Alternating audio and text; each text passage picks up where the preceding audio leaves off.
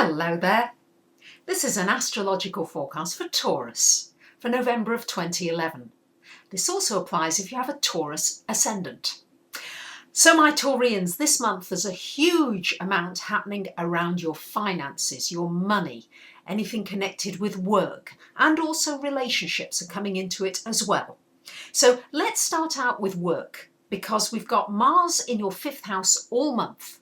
This is a great time for any kind of creative endeavour that you want to undertake. If you want to do a business for yourself, if you want to extend your business, if you want to really do something that's artistic, that's musical, that involves using your hands, that's very physical, even sculpting or designing.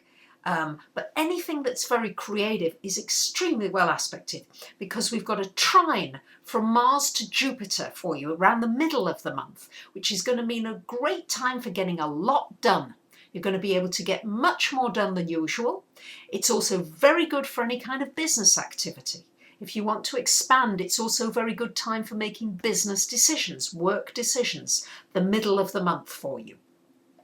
We've also got a lot of planets in the beginning of the month in your 7th house of relationships. So this is shining a light on your relationships, time to maybe if you're with a partner, take them out, do something nice together. And if you want to be with a partner, great time to socialise and to get out and about. Now, I have to tell you that particularly the latter half of this month is going to be very intense. Not only do we have Mercury going retrograde from the 24th of the month until 13th of December, but also on the 24th of this month, we have an eclipse at 3 degrees of Sagittarius as well. So it's like a double whammy. And Taurus, you like to have everything planned out. You really don't like surprises. But I am anticipating, particularly towards the end of the month, there are going to be surprises. So take a step back to reflect. It's going to be an intense period, and do your best not to have anything too mapped out. Be ready to turn on a dime if necessary, and likelihood is you probably will have to turn on a dime. I know that sends shudders down your spine, Taurus, but it's probably going to be the case, particularly towards the end of the month. Now, the latter part of the month, we've got a lot going on in your 8th house, including the eclipse. So much change. You might be blindsided by something connected with money and finance. Could be from an outer source. So it could be a bank, could be an insurance company, could be your taxes, but certainly or it could be a joint venture or an investment. So really try and look at this area. Anything you've been avoiding looking at financially, any situation that you've maybe thought, I can just kind of sweep this under the carpet, or you've just lost track with your paperwork, particularly when Mercury goes retrograde, it's going to be a great time to really get your paperwork sorted out. Get organised. It's a great time during Mercury retrograde. Before the retrograde, really make sure you've done the usual things, backed up your hard drive, got anything fixed that's mechanical or technical. Try to do that before Mercury goes retrograde. Once it goes retrograde, and with that eclipse in your 8th house, definitely affecting your finances overall, this is going to be a time of great change for you financially.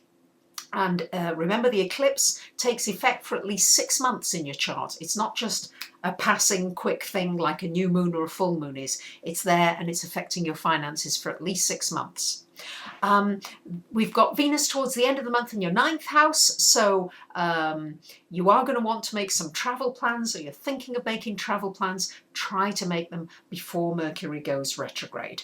It's going to be as well the first week of the month. We've got Mercury trine to Uranus.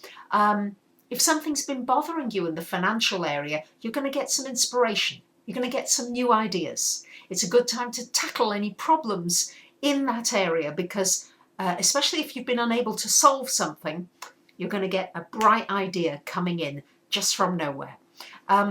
It's also for you a very good time to study anything connected with the occult, with esoteric, metaphysics, mathematics, science, technology, all these subjects. Very good in that first week of the month with the trine of Mercury to Uranus from your 12th to your 8th houses.